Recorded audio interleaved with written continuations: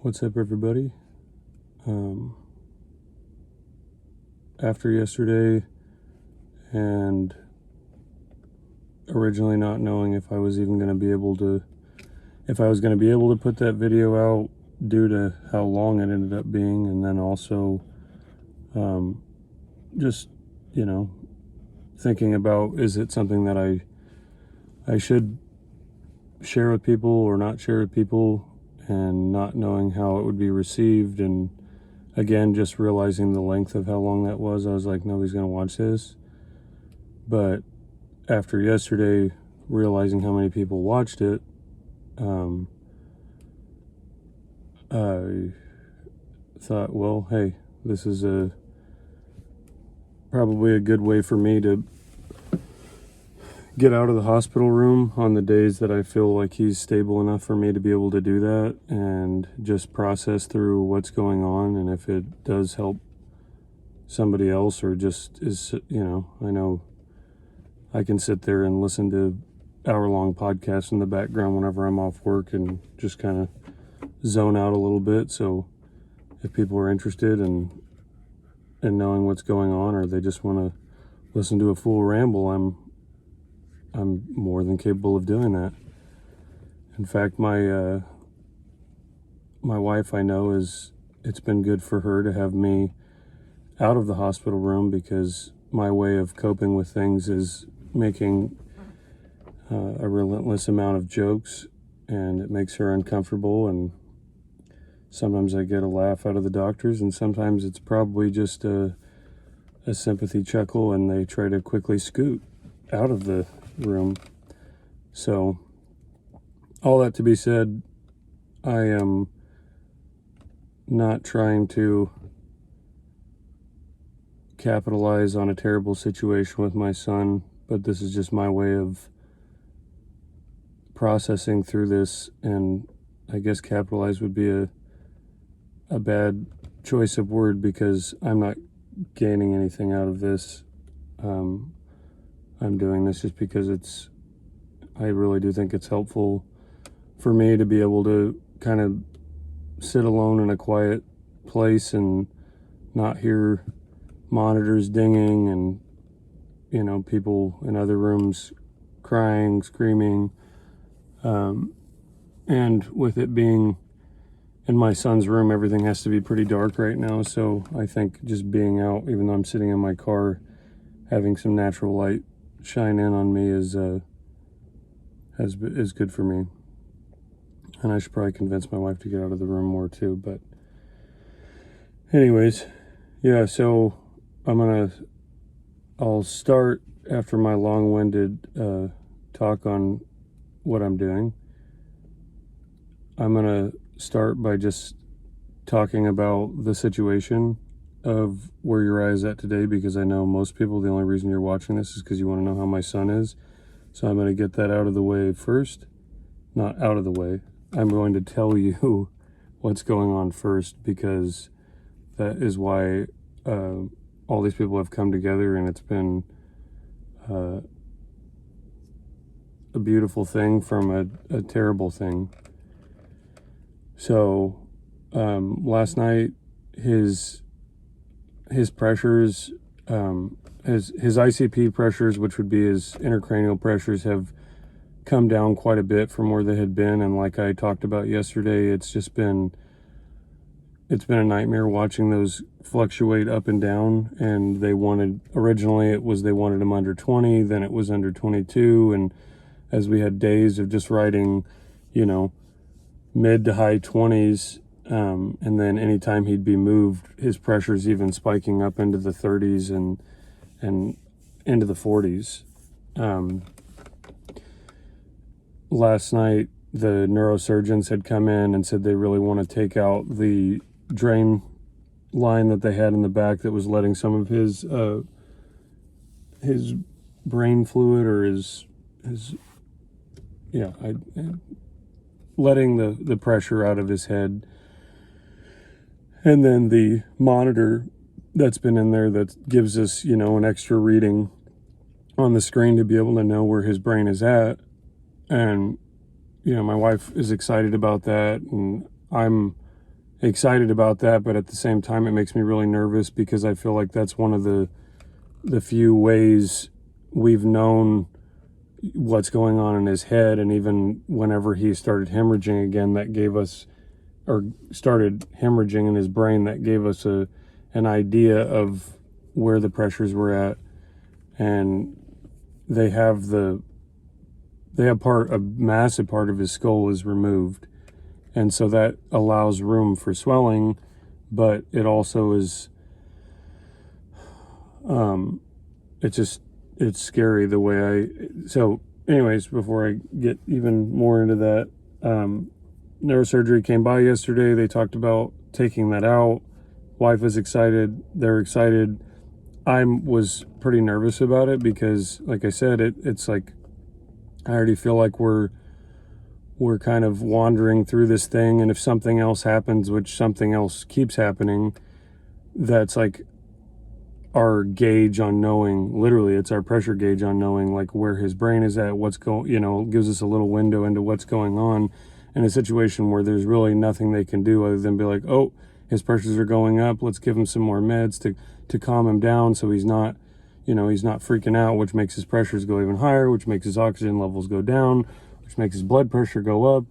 And I think most people that watched that long of a video yesterday are pretty aware of Uriah's situation. But another thing that some of you guys might not know is Uriah has, since he was born, he had major heart issues, and so he's already had 2 heart surgeries, and his anatomy is all sorts of wonky. His heart is on the right side of his chest, it's flipped the other direction. It's, instead of an artery, his main arteries coming in on each side of his heart, they both come in on the same side.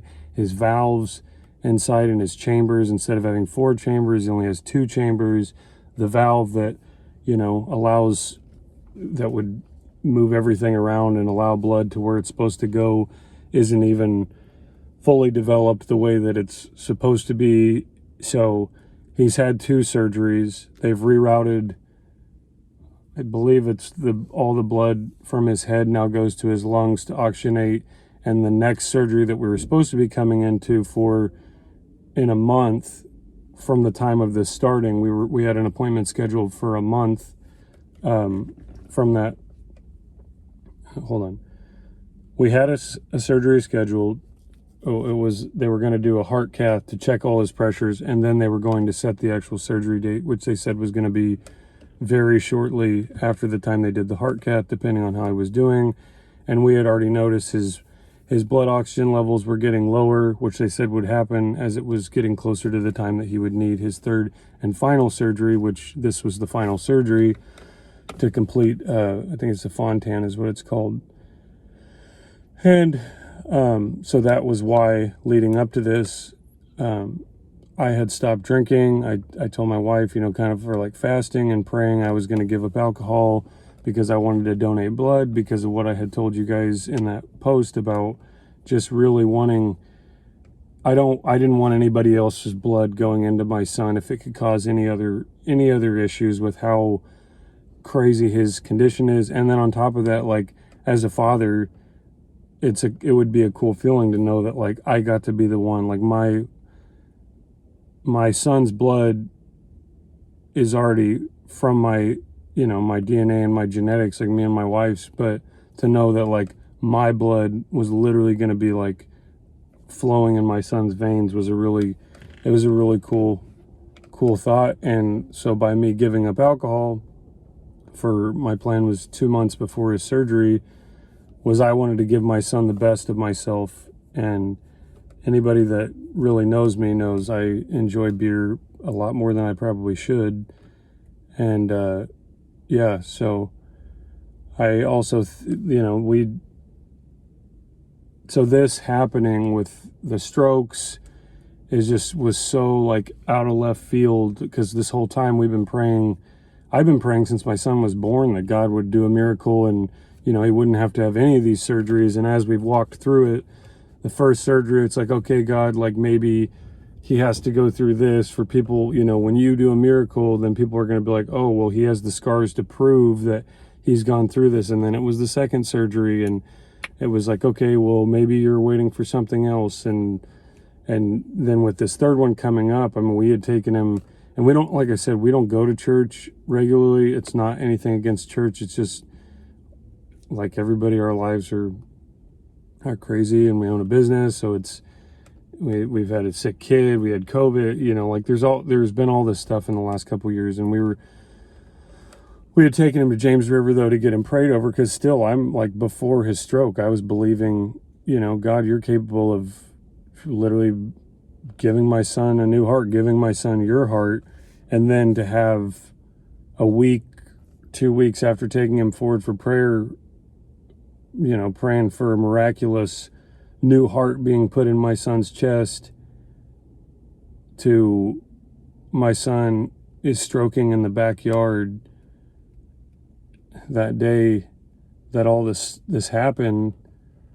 Yeah, and I'll even go into that. And for anybody that, I don't know, I guess I am rabbit trailing way more than I thought I was going to, but I just want to like paint the picture of everything that's gone on, that's led up to this point, so you can like really get an inside scoop on everything. But so I'll finish where I'm at. If you're bored, I'm sorry. You don't have to watch this. It's a long rambling. That's, I think yesterday the name of it was Ideal, and I'll stick with that, and this will be a Ramblings of a Fool Part 2. But yeah, so anyways, the day, because I've had a lot of people ask me, like, what happened? Like, what happened? Why did this happen? So the story of what happened leading up to this, it was a freak thing. And the week prior to his stroke, it was a Sunday. I was at the barber shop on my day off, and me and Max were taking down the Christmas lights off of the shop, and my wife called me freaking out, and she's like, something's wrong with Uriah. His leg is just like, it's spazzing, like in like a tempo, like it's moving. And he came up to me and said, Mommy, something's wrong. And at first, you know, it had happened a couple times. I said, well, she wanted to take him to the hospital. I said, okay, well, is it doing it right now? No. Okay, well, stop by the shop, because it was on the way to the hospital. If it stops, if it keeps going, then just, you know, take him straight to the hospital. We had no idea what was going on. So she stops by the shop, and like most mothers, I know Katie worries, and that's a good thing. That's thank God for mothers, because if not, I'd be like, son, you know, rub some dirt in it, you're fine. And she brought him to the shop, and I crawled down off the roof, and him and Enoch were both asleep in their car seats, and his leg was still like in tempo, just like doing this while he was sleeping. I said, okay, no, this is like, if he's asleep, I know he's not doing this. Let's get him to the hospital. Take him to the hospital. They look at him. It doesn't do it again. Once we get in the room, it had done it once in the waiting room. They send us home. They said they think it's a seizure.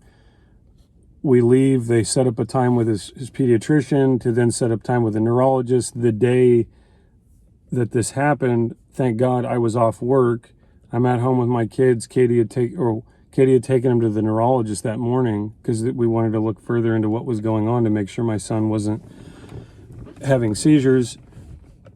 And they were going to do an EEG. They set it up for another day. She comes home. Me and my wife just have this long talk about, you know, everything. And my wife, again, is a mother, and she's worried about this stuff. And I'm a dad, and like from my side of things, I'm like, God didn't bring us this far with Uriah's heart surgeries to have him, you know, for something else to go wrong. That was what I was saying. Well, I was wrong. We're in the backyard playing and swinging my kid that day. They're now in the back, and we're about to go inside, and I walk around to back where our swing was, grab my stuff, came back to the house, gone 45 seconds, look, and Uriah's laying on the ground screaming. They're right next to their little playhouse, and Enoch's standing there, and I tell him, son, pick him up. Come on, let's go inside. I thought he just fell over or something. And I watch Enoch go over to him and grab him by his arm, and he's laying on his left side, and he's just screaming, and he tries to pull him up, and I realize that his whole left side is limp. And so I like run down there, and again, I'm thinking maybe he got stung by a wasp, maybe he got bit by a snake, like something, like he's freaking out because like he's in pain, something bad happened, but not this. And so I pick him up, and his whole head is just kind of like leaned to the left side, and his arm and his left leg are just like limp, and I try to stand him up, and Uriah, stand up. And he won't stand up, and he's just screaming. And my wife runs out, what's going on? And she, she's holding him like, something's wrong, we need to go to the hospital. Throw him in the car, Enoch, she's holding him, and, I'm doing like 120 on the highway, on the phone with the paramedics, like, you need to get the hospital ready, like, something's wrong with my kid. And I had called 911, and I told him, I'm like, if there's a cop that tries to stop me, I'm not stopping, like, I'm going. Get to the hospital. They think it's a seizure because we literally had just had what they thought was a seizure before, which we still don't know if it was a seizure or if it was like, something to do with the clotting that was making his leg intermittently doing what it was doing. From there, they fly him to St. Louis. This is where we wanted to go because this is where his heart surgery was going to be, and they know the situation. And yeah, so that, and then from there, you can follow everything else on Facebook if you really are interested in the rest. From the stroke to then seeing, him say chocolate milk to, it's been crazy. But back to last night, as I said, I was going to make this fast, but I'm actually doing worse than I did yesterday.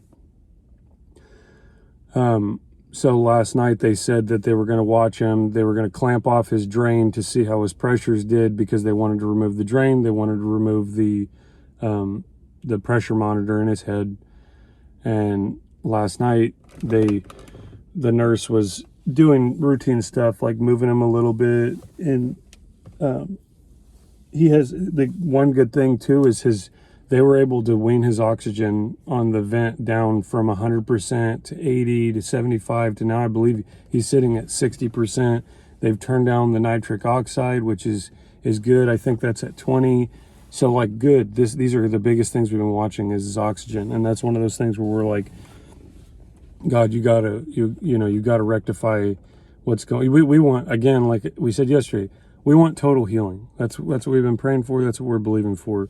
But as we've walked through this, and it hasn't been an aha moment where he's just like, we laid hands on him, we anointed him with oil, and he just like pops up out of bed. Or we've had somebody bring, this bear that they prayed over and had all these people pray over. And I know that sounds like hokey pokey, but whatever. We've done everything. Like at this point, if God told me to stand on my head in the corner butt naked and say a prayer, if I really felt like it was God, I'm going to do it. And, so last night when they were moving him, I was watching his pressures shot all the way back up almost to 40. And I had told the doctor, I'm like, well, do you really think we should pull both of these things out? Because if pressures go up, like one, we're not going to know. And two, there's no way to drain anything out to relieve pressure. It should reabsorb into his body, but is what they said. But everything that they've said should happen, that's not what's happened. My son's not textbook by any means. And so, so this morning I wake up and they had come in and they had pulled both of them out.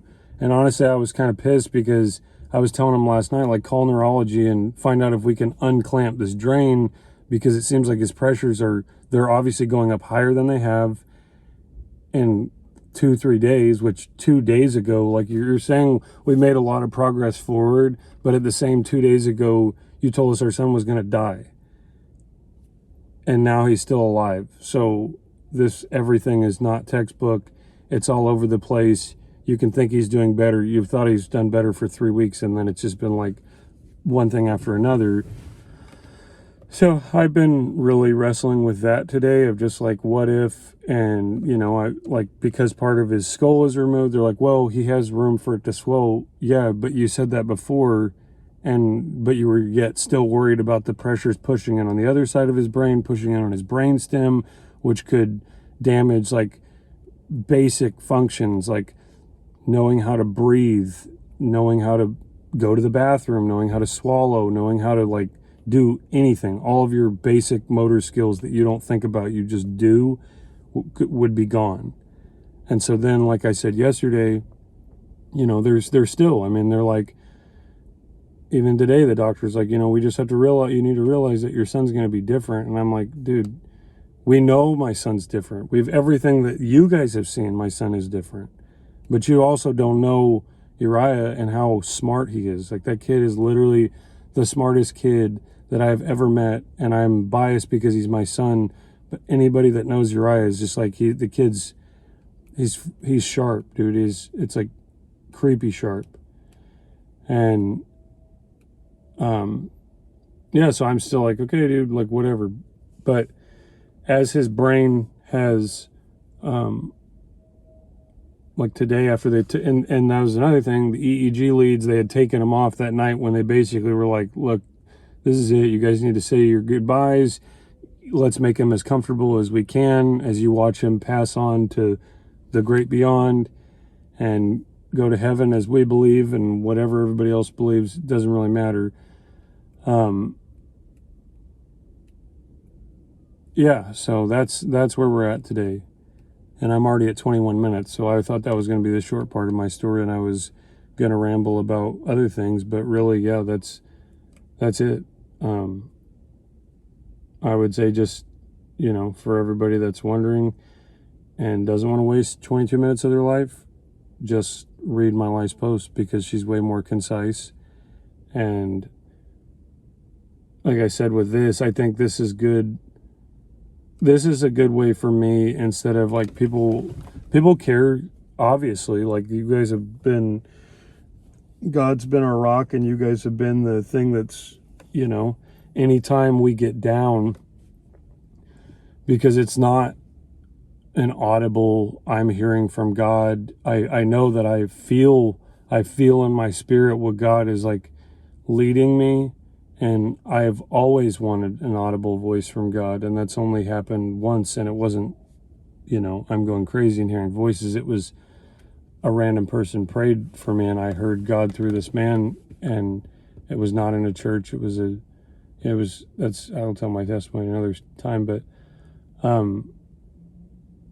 yeah, like I want to hear, I do want to hear from God audibly, and that hasn't necessarily been the case up here, but all the times that we have gotten down and just been up here and then down here, up here and then down here, like, oh, we're rock solid, and then we're back down to like, God, we want to go back to Egypt. We want to be in slavery again because it's too hard, and we're going to starve out here in the desert if you don't, you know, repart that sea back open. We want to go back. But all of you guys' prayers and encouragement, and like even people that aren't believers that have sent us messages and are just like, hey man, I love you. I hate that you're going through this. Like, every message that you guys have sent, I have read, and I've tried to go through in the comments and like all of them, because I can't respond to everybody. People have private messaged me. I've tried to respond on that too. I've tried to respond to everybody in like private message, but it's just, there is a lot.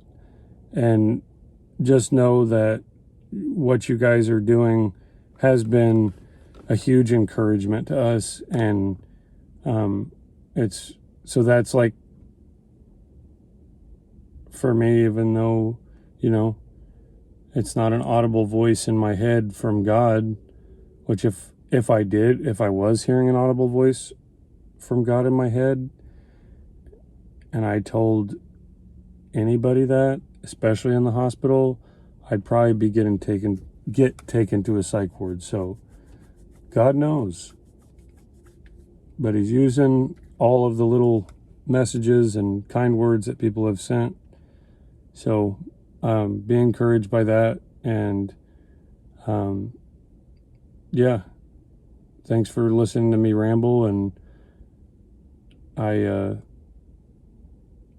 think I've already said this, but I think this is good for me to just process and word vomit all over a camera. And if it interests anybody, you can watch it. If it doesn't, then you're not hurting my feelings by not watching it.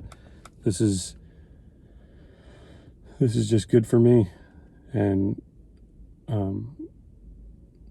I was thinking, me and my wife were talking about just how social, for me, I find that's why barbering is so good for me, because I get to talk to people all day long, and I get to invest in like a relationship with them, and get to do something with my hands because I'm ADHD, and like it and so for me to be like sitting in a dark room staring at my son, like praying to God, like, you got to fix this, you got to fix this. And as a dad, like, or as a man, you just want to like resolve things. And not that as mothers they don't want to resolve things, but like my way of like resolving things is physically like trying to fix a situation or rectify it, and I cannot do that.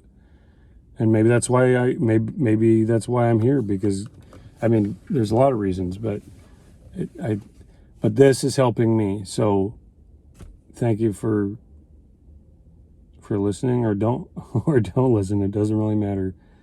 It really doesn't. But yeah, I'm back almost at the 27 mark, and that seems to be where I stopped yesterday. So I love you guys. I'm going to try to probably do this every day, just to like get stuff off my chest. And yeah, that's it. So I'm going to keep being a fool for Christ, or just a fool for myself. I'm not really sure which, but there's my ramblings for the day. Love you guys.